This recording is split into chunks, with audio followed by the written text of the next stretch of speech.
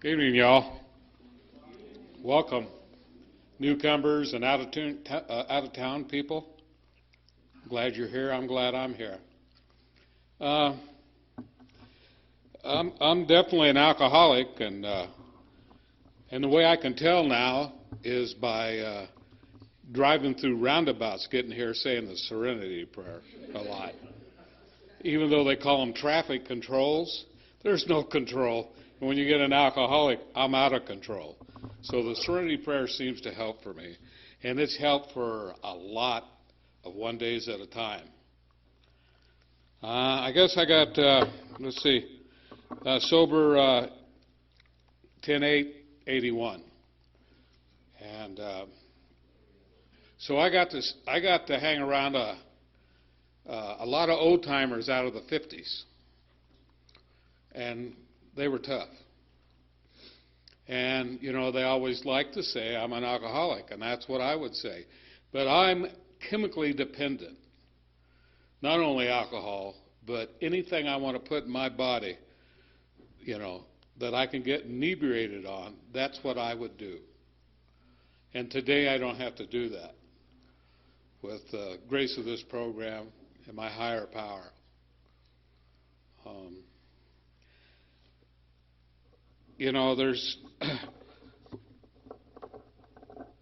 I just got tired of being sick and tired. Anybody relate to that? Sick and tired of being sick and tired? Yeah, right on. And, I got sick of not being able to, work with my significant other, for one thing. And I got sick of not being able to make car payments. And I got sick of people telling me what to do because I wanted to do it my way. I got sick of the pain in here. I got sick of the emotions, what I thought were emotions. I found out later when I showed up here, I didn't know shit. And even though I thought I knew a lot. And, I came in here on bended knee. I really did. I was drowning in pain and anxiety,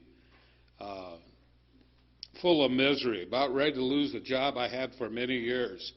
And I still couldn't understand why all this happened to me in about 20 years. What all happened?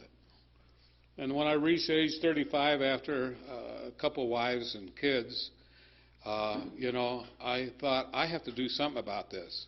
So I'm going to go see a doctor. And this doctor's going to tell me what's wrong with me. So we run all this lab work and such. And the only thing he says, do you have a problem with alcohol? No, I don't got a problem with alcohol. What are you talking about? But he pegged it right on. And I couldn't see it. But I knew that there was something wrong with me. I always felt different. Always had fear here. And I could never make the right decision, especially at the end of my what I call using and abusing. That kind of covers it all for me. Alcohol is my preference, was my preference, I should say. And but I still will put anything in my body because I'm an alcoholic. And as history goes, if we read anything in the big book of Bill and Bob, when I read their story, when I could read their story, when I first got here, I couldn't read hardly anything. It was, even this, I had the shakes, my eyes, anything out of the ordinary physically, that was wrong with me. And it was all because of alcohol. And I kept looking for a psychiatrist. I was in treatment for 28 days. Is how I got to meet Alcoholics Anonymous. And so I was in treatment for 28 days, and I was always looking for a psychiatrist to tell him that I'm nuts because of the things I do, the insane things I have done in my years of out there using and abusing. And I never could really find that person. They did have one that when you did your fifth step, you did it with him, and he happened to be a father. and he was good at the AA nod. You know, you ever do that? I can relate to that. Yeah. So, but when I did get sober and I followed the suggestions that AA has here for us, you know, the one thing I liked was, even though step one, powerless, and my life become unmanageable, there was no doubt about it. That was easy for me to get. And then, you know, step two, restore me to sanity. Well, I thought I was so nuts in the things I did, not realizing it was so much from alcohol. I thought it was just I was crazy. But when I found out later, my life was unmanageable because of step two, and step one, and step three. And all you new people are here, if you're sick and tired of being sick and tired, you're in the right place, because it will get better. It gets better and better. And, you know, the more you come to meetings, the more you're going to hear that. And if you come around long enough and don't drink and use in between, you're going to see it happen with other people. And before you know it, it's happening to you. And I can only say that it's happened to me and a lot of other people that I have been acquainted with in Alcoholics Anonymous. Just like, you know, this not life. You know, just because you quit drinking or using doesn't mean life stops, because it don't. We had a lot of fun in sobriety. Kirk was talking about, Kirk, right? No, that's Kirk. Jeremy. Chris. That was close. Yeah. Thanks, Jack. Appreciate it. You know, there's when I first got sober, we were going to dances. We were doing lots of things, softball, baseball, you name it. And they were all alcoholic people. And that's what I do today in my life. I hang around recovering alcoholics. And that's my social life. And, you know, there's so many good things that happen in Alcoholics Anonymous, you know. And they were talking about sponsors. And, you know, the sponsor's not your psychiatrist, he's not your banker, but he's a person that's been in here and can, excuse me, help you, guide you through, especially the first year. You know, I've had like, I don't know, four or five sponsors. One even fired me because I beat him in tennis. So, go figure. But we're all just alcoholics. We're all here to get together, work together, be unity, look at the traditions. The traditions talk about unity. You know, we're all alcoholics. We all have different little personalities.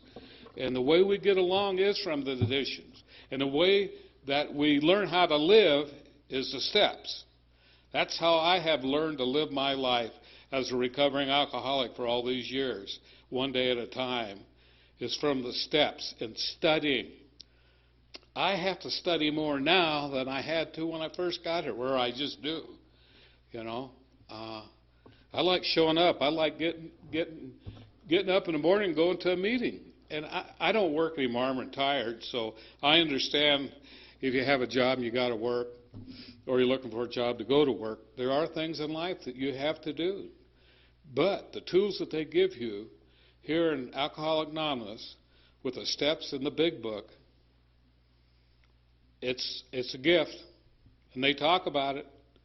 It's a gift. It's really a gift. And the gift keeps coming, keeps giving, as long as you're willing to give it away. You know, like they say, the first year's for you, and after that, you got to start giving it away to keep it. And that's what a lot of us, I guess I'm an old-timer now, we try to do. But even if you're not an old-timer, you're not a newcomer, you're a tweener. All right? So you're in between. And that's what you have to do. Keep coming back no matter what. How long might I talk, Lee?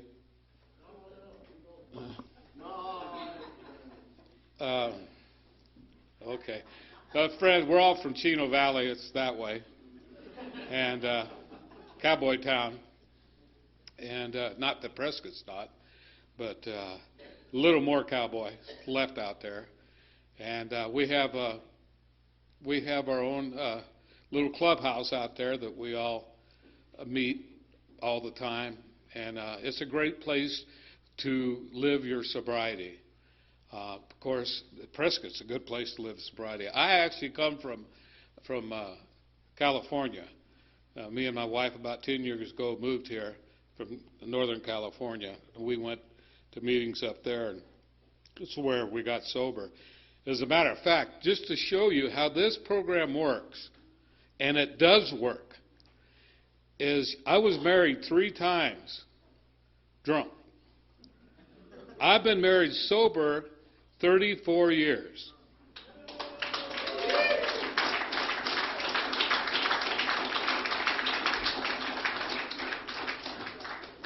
Thank you, Phil.